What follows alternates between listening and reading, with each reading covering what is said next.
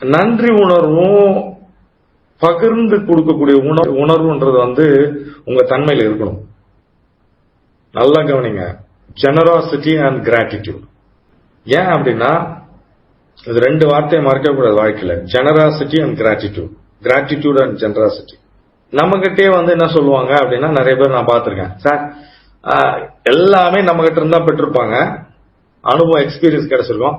எங்களுக்கு முன்னாடி இந்த குரு அப்படிதான் சார், அந்த இடத்துல எங்களுக்கு நிறைய கிடைச்சிச்சு சார், இது கிடைச்சிச்சு சார். என்ன அப்படின்னா, என்ன ஒரு விஷயம் அவங்களுடைய மனநிலை, அந்த மனநிலை என்ன அப்படின்னா, நீங்க ஒன்னும் பெருசா சொல்லல, எங்களுக்கு எல்லாமே முன்னாடியே தெரியும், எங்களுக்கு மெச்சூரிட்டி நிறைய இருக்குது, நீங்க ஒன்னும் பெருசா சொல்லல அப்படின்ற நிலையில இருந்து பழைய இடத்தையும் குறை சொல்லி இங்க இருக்கிறதையும் இது பண்ணி தான் பெரிதாக தோற்றத்தை உருவாக்கி கொள்ளுது. அப்படி இருக்கும் பொழுது டோட்டலா இந்த மைண்ட் செட் இருக்குல்ல, ரெசிஸ்டன்ஸ். உண்மையா ஒரு நிகழ்ச்சி நடந்திருக்கு நமக்குள்ள இருக்குதுன்றத ஐடென்டிஃபை பண்ண மாதிரி ஒரு அகங்காரத்தை, நமக்கு தான் இதெல்லாம் தெரியுமே அப்படின்றதுல இருக்கிறது, அது ஒரு ரெசிஸ்டன்ஸ்.